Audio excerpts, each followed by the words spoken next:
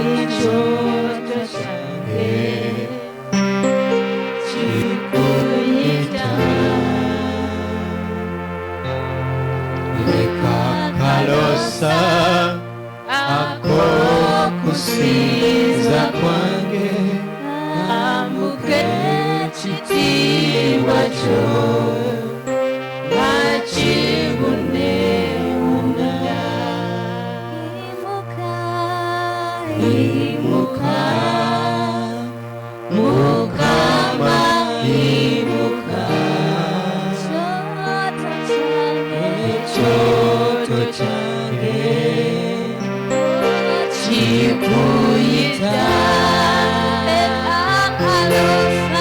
Leka kalosa ak'okusinza kwange kambuke ekitiibwa kyo nga kibunewuna. Tuli mu Jeremiya 31. We are in Jeremiah 31. Olunyiriri olwokusatu. Jeremiah 31. Njagala owulire engeri Katonda I want to gy'atwagala. listen to how God moves. Kyova nga njagala buli muntu yenna That's why I want everyone. fuba nnyo okulaba ng'otereza enkolaganayo Fight so much that you can connect, change your relationship n'omutonzi wo. with your Creator. Akutegeere naawe So omutegeere. that you understand Him and He also understands Mu you. linnya erya Mukama waffe Yesu. In Jesus' name, our Lord.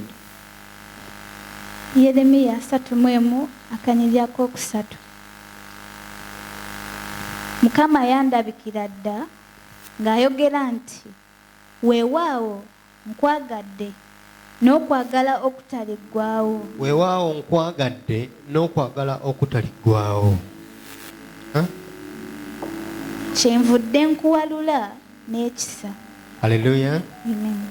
Kyavudde akwalula n'ekisa. Kati buli muntu yenna For everyone, kikubeeremu munda mu ggwe it should be within you nti Katonda alina omukwano gwe gy'oli that God has His love in you. era akwagala nnyo n'okusinga ekintu ekirala And He kyonna. loves you more than anything else. Era mu nsi muno oliwo lwa mukwano gwa Katonda. And in this world, you're existing because of the love of God. Oliwo lwa kisa kya Katonda. You are here because of the love of God. Kubanga tewali muntu mulala akwagala obeere na bulamu nga Katonda ye bw'ayagala obeere Because nabwo. no one else wants you to have life like God wants you to have it. Kati kyekiva buli muntu yenna That is why everyone noonyanga abo abakwagala always seek for those who love you. nga tonnakola balabe, Before you've made enemies, sooka okole emikwano egikwagala. first make friends who love you. Nti abalabe be ne banajja That even ng'olina if emikwano enemies egikwagala, come and you have friends that love you, emikwano egyo gijja those kukulwanirira. friends will fight for you. Kati okwagala kwa So the Katonda love of God, kyekyokulwanyisa kyaffe it is our weapon ekisobola otulwanirira that can fight for us mu mbeera yonna gye tuba in every tuyitamu, condition that we are going through, oba nnungi whether it's good oba mbi, or it's bad, oba ya nnaku whether it's of sorrow oba ya ssanyu. or it's of joy. Kati buli muntu naawe olina So okweteekamu everyone, you have to okwagalwa. put into you love. Olina okwagala Katonda You have to love God, ate olina okweteekamu naawe embeera and you ez'okwagalwa, have to have a love conditional within you. n'ofuuka mukwano gwe And you should become His friend nga ye we yakwagala. as He loved you. Era nga oba oyagala kutegeera engeri gy'osobola okuteekamu enkolagano ne If you want to Katonda, understand the way you can make your relationship with God, kimanye nti gwe akyasinza omwetaaga. know that it is you who needs Him so much. Era gwe wamuvaako mu kwagala kwe, When you left His love, Bayibuli etugamba twasubwa bingi the okuva Bible says gy'ali. that when we left His love, we missed a lot Kitegeeza from nti Him. n'ekitiibwa gwe ky'olimu Even the glory you're in, si kye wandibaddemu. it's not the one you could be in. Wandibadde n'ekitiibwa ekisinga ku ekyo You could ky'olina, have honor than you have ng'oba nga weesiga Katonda if you trusted in God era oba ng'oli mukwano gwa and Katonda. if you're a friend of God. Kati omukwano gwa Katonda lwaki twetaaga Katonda? So, friendship of God, why do we need God? Twetaaga atuggyeko emiziziko We need Him to take away our bondage mu bulamu bwaffe, in our life atukomezeewo okwagala kuli, so that He can bring back the other love, atukomezeewo ekitiibwa kye, so that He can bring back His glory, kisobole okuba nga kyakayakana mu bulamu that bwaffe, it can light within us. mu linnya erya Mukama waffe In Yesu. just His name, our Lord. Kubanga ffe abaana b'abantu Because with the children of God, tuli with the children of boonoonyi. men, children of men, we are sinners. So we tuwonoona, Yet when we sin, Bayibuli etugamba nti empeera y'ekibi the Bible tells us that the reward of sin, ddala kwe kufa. it is death. ofa era ofiirwa You die and you lose lwakubanga oli mwonoonyi because you're a sinner. naye weeweekwata katonda But if you behold to God, okufa osobola okuggyawo you can take away death. mu linnya erya mukama waffe In Jesus' yesu name, our Lord. osobola okukomyawo ekitiibwa ky'obwakatonda munda mu You ggwe can bring back the glory of God within katonda you. asobola okuddamu ne yeegulumiza God can glorify Himself again. bw'otegeera nti gw'omwetaaga akusaasire If you understand that you need Him to have mercy era on you, wemwetaaga akusonyiwe and you need Him to forgive you ensobi zo. your sins. Mukama waffe yeebazibwe. Amen. Tuli mu Baluumi 3:23. We are in Romans 3:32. Wamala ojja kgenda mu Baluumi 6 era 23. After you'll go to Romans 6:27. Abaluumi 3:23. Kubanga bonna baayonoona ne batatuuka ku kitiibwa kya Katonda. Ffenna twayonoona Because we all sinned bwe tutyo ne tutatuuka ku kitiibwa kya and we didn't Katonda. reach the glory of God. Ne tusubwa eggulu, And we missed heaven, ne tusubwa omukwano, and we missed love, ne tusubwa okwagalwa, and we missed not to be ne loved, tusubwa ekisa kya Katonda. and we missed the grace of God. Katonda yali badde akolera munda mu The God ffe. would have worked within us. Katonda yali badde yeegulumiza munda The mu God would ffe. have exalted Himself within us. Olw'okuba nti tetumwamukkiriza ne Because we did tutandika not admit okwonoona, Him and we started sinning, ekitiibwa kye ne kituvaamu His glory left us ne kidda wabbali. and it went aside. Naye olunaku olwaleero But today, twetaaga ne twetereeza. we need to sort ourselves out. Buli muntu n'addamu ne yeewaayo nga wateekeddwa Then everyone okwewaayo. dedicates themselves the way they are supposed to. N'ekitiibwa kya Katonda ne kikomawo munda mu Then ye. the glory of the Lord comes back in Mu you. linnya erya Mukama waffe In Yesu. Jesus' name, our Lord.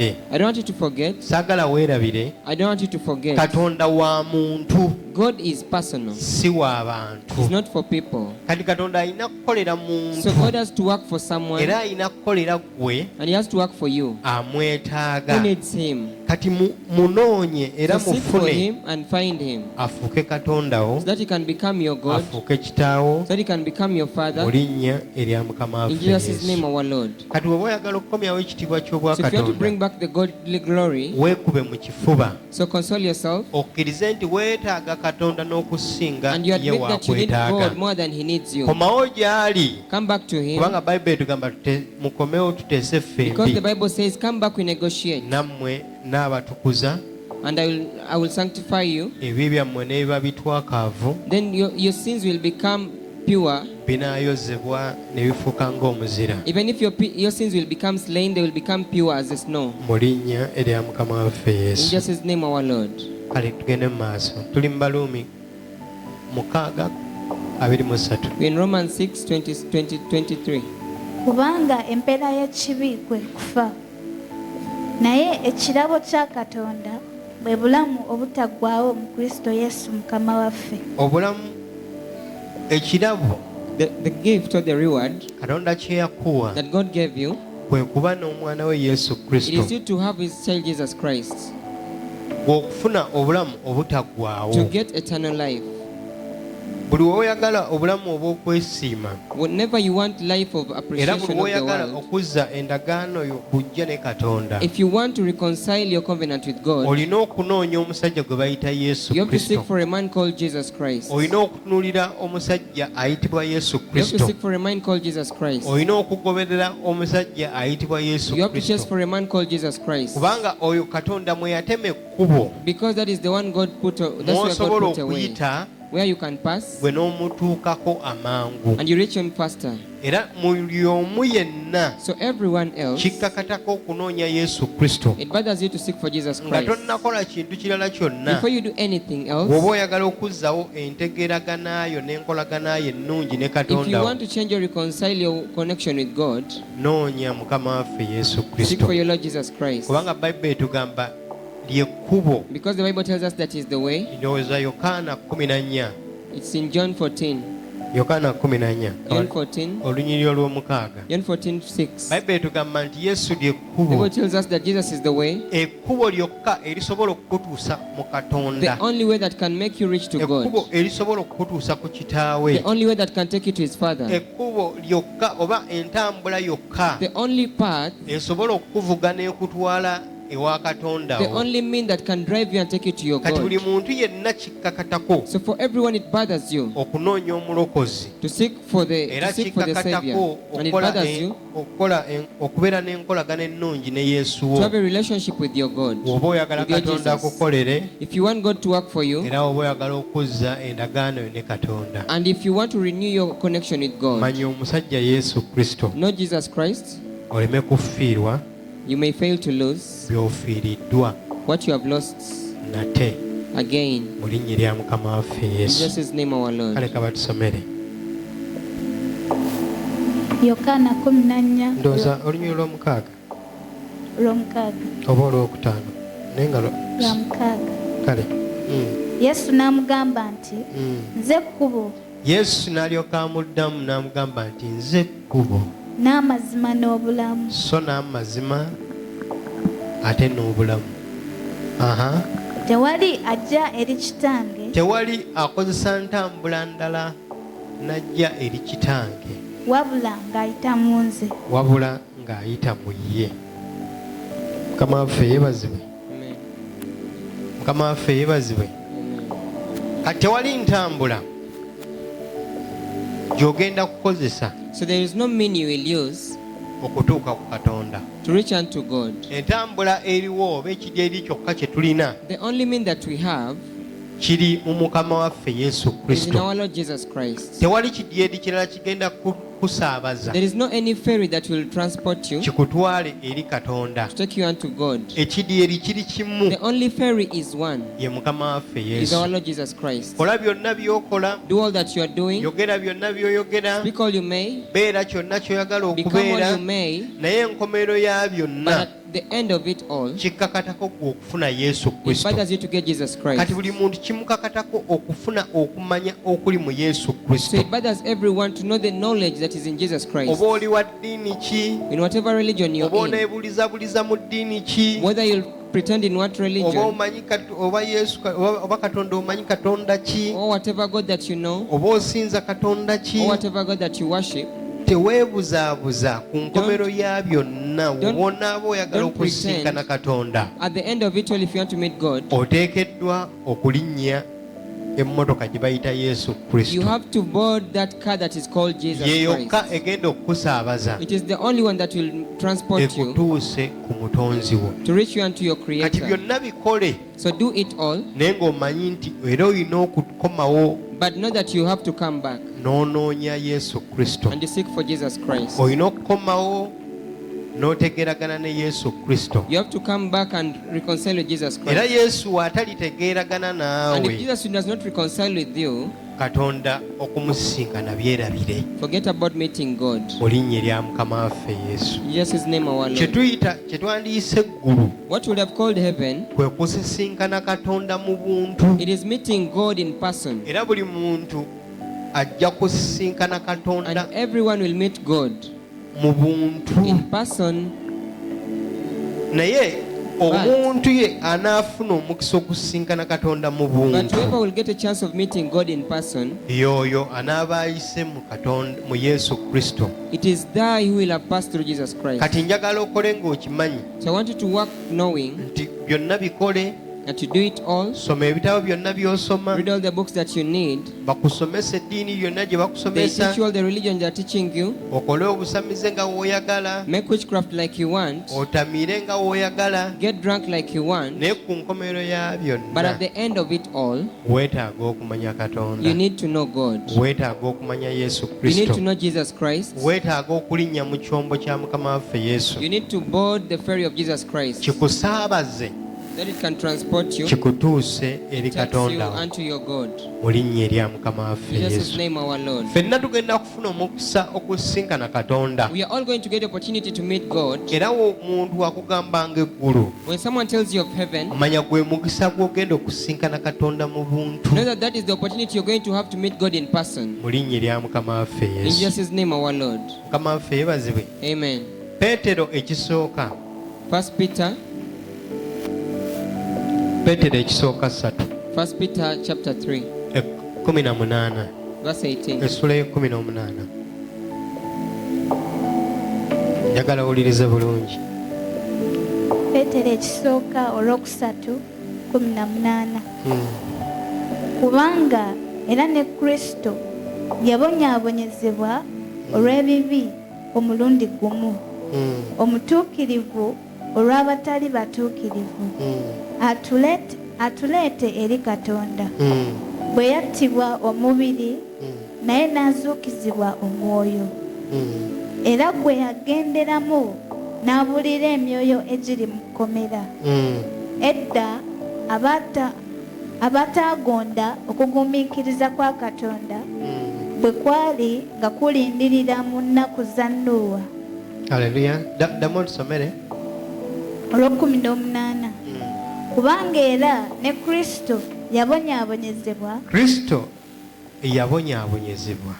olw'ebibi omulundi gumu, omutuukirivu olw'abatali batuukirivu.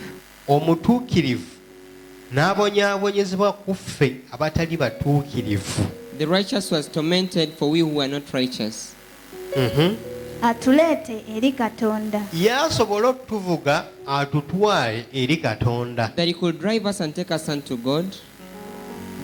Bwe yattibwa omubiri naye n'azuukizibwa omwoyo. Bwe yattibwa omubiri naye n'azuukizibwa omwoyo. That he was killed in flesh but risen by the Spirit. Ne weekomeraawo. To see your God. Era w'olifa oba olibeera mulamu n'otalaba Katonda. Whether if you are alive and you don't see God. Kiteeke mu ndowooza yo nti Yesu teyakufiiririra. Put it into your mind that Jesus did not die for you. Yesu Kristo yafiiririra abo. Jesus Christ died for those abagenda okusinkana kitaawe. who are going to meet his Father. Kati ffenna tulina okukkiriza So we Yesu all have Kristo. belief. We have to all believe in Jesus Christ. Ne tumukkiririza okutufiiririra. To admit him to die for us. Ne tulyoka tulaba kitaawe. Then we can see the Father. Ne kitaawe n'alyoka atusinkana. And then the Father may meet us. Kati buli muntu yenna. So for everyone. Simanyi njiri gye bakubuulira. I know the gospel they've told you. Simanyi bitabo byonna bye wasoma. And all the books that you read. Naye w'onaamala byonna bisoma. But when you are done it all. Kimanye olina okunoonya. Know that you have to seek. Kubikwata ku musajja gwe bayita Yesu. On the things that bother on Jesus Christ. Obanga oyagala okutereeza enkolagana yo ne Katonda. If you want to sort out your relationship with God. Oba oyagala okutegeera Yesu Kristo If you want to ekyamutwala ku understand musaalaba. what took Jesus Christ on the cross. Yattibwa nga y'omutuukirivu. He was killed as a righteous man. Kuggwe atali mutuukirivu. For you who was not righteous. Kati ekintu gwe ky'osigazza okukola ekyamangu for what you are ennyo left with that is so instant. kwe kusaba Katonda akusaasire. It is to pray to God to have mercy on Kwe you. kusaba Katonda akusonyiwe. For God to forgive you. Kwe kusaba Katonda aggyewo omuzizuko God to gw'ekibi. take away the bondage of sin. Kwe kusaba Katonda akuggyeko omwoyo gw'okufa. You pray to God to take away the spirit of death. Oteekewo olutindo olupya. Then you put on a new bridge wakati wo ne Katonda wo. Between you and your God. Nga weenenya ensobi zo. As you confess your sins. Nga weenenya ebibi byo. As you confess your bad deeds. Nga tokwatiddwa nsonyi. When you're not ashamed. Naye ng'onoonya ekisa n'ekitiibwa kya But when you're Katonda. seeking for the grace and the glory of God. Katonda Yesu Kristo If w'anaakusaasira. Jesus Christ have mercy on you. Ojja kusonyibwa. You'll be forgiven. Era ojja kufuna okusonyibwa okwanama ddala. And you'll be forgiven indeed. Mu linnya erya Mukama waffe In Jesus' Yesu. name our Lord. Mukama waffe yeebazibwe. Amen. Tuli mu bikolwa by'abatume 3. We are in the Act of the Apostles. Olunyiriri olw'ekumi. Act of the Apostles 3. Njagala owulirize Verse bulungi. 19. Listen carefully. Tireka kaloosa ak'okusinza kwange ekitiibwa kyo nga kiboneewona imuka Mukama imuka ekyoto kyange kikuyita leka kalosa ak'okusinza kwange kambuke ekitiibwa kyo nga kiboneewona. Tuli mu bikolwa by'abatume Okay, in 3 the Act of Apostles 3, essuula eya 19. verse 19. Essula kanyiriri. Kanyiriri. Akanyiriri ake-19. Verse 19. Oliriza bulungi. Listen carefully. Kino omuntu yenna ky'ateekeddwa okukola This is what everyone has to do wabanga ayagala okulaba ekitiibwa kya if they want to see Katonda, the glory of God. wabanga ayagala okutuuka ku Katonda. If they want to reach unto God. Kale mwenenye mukyuke, ebibi byammwe bisangulibwe, ebiro eby'okuwummuzibwa mu maaso ga Mukama bituuke.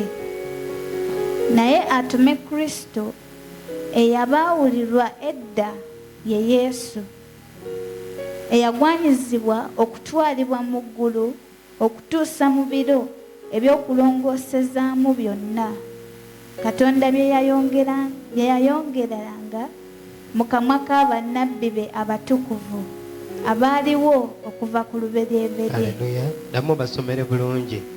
Tuli mu bikolwa by'abatume 3:19. Kale mwenenye mukyuke. Temukoma mu kwenenya bwenenya wabula n'okukyuka mukyuke. Ebibi byammwe bisangulibwe. N'ebibi byammwe biryoke byerabirwe. Tewali kibi ku nsi kuno There is no sin in this world Katonda ky'atagenda kukusonyiwa that God will not forgive you bw'obanga okikkiriza nti wakikola, if you admit that you did it, ate obanga okikkiriza okukyenenya. and if you admit that you repent. Omuntu asobola okuva mu nsi muno Someone can leave this world nga talina kibi na kimu when kimuvunaanibwa. he does not have any sin that is persecuted of.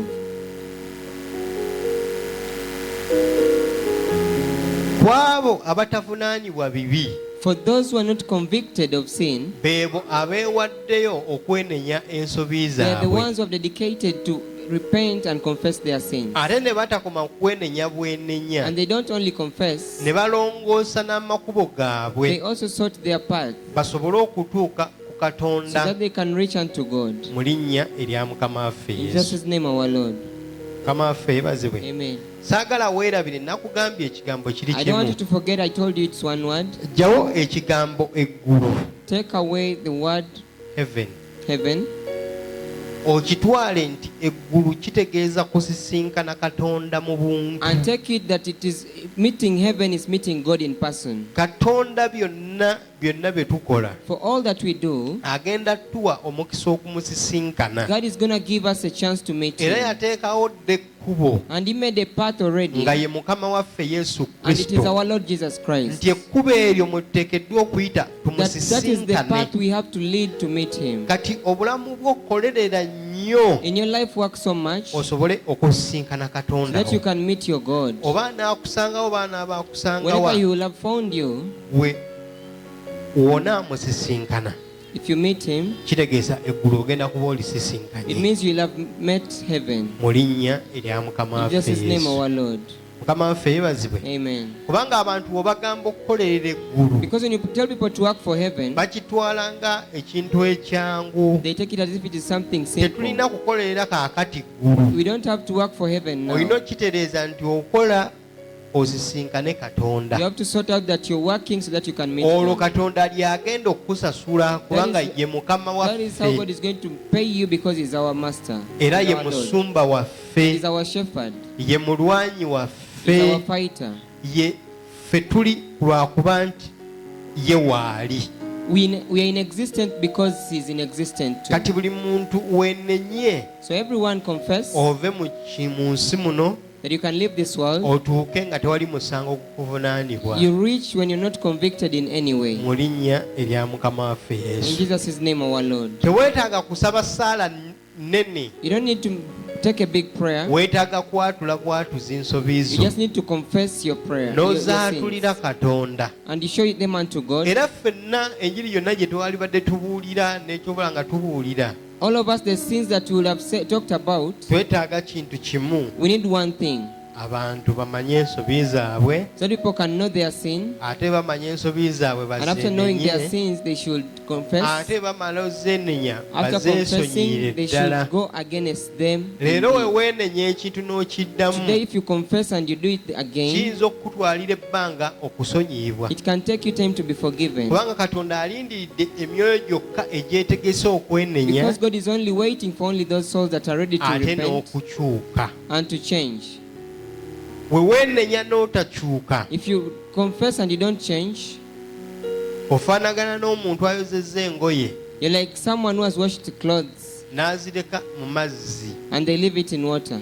tezigenda kukala It will not get dry. era tagenda zambala They will not put it on. kati we tuba tukubikola byonna So if you're doing it tweyozeeko twenyumunguze Let us cleanse ourselves ate tweyanike and we should hang ourselves up. tusobole okulaba ekitiibwa kya Then we katonda can see the glory of God. mu linnya erya mukama waffe In Jesus' Yesu. name, our Lord. kino saagala ofe nga teweenenyeza I don't want you to die when you've not repented. saagala yesu ajja olwaliro nga tonneenenya I don't want Jesus to come today when you've not repented. twalayo akadde Because take time omusabe nga akusaasire and ask Him to forgive you. mu linnya erya mukama waffe In Yesu. Jesus' name, our Lord. Haleluya.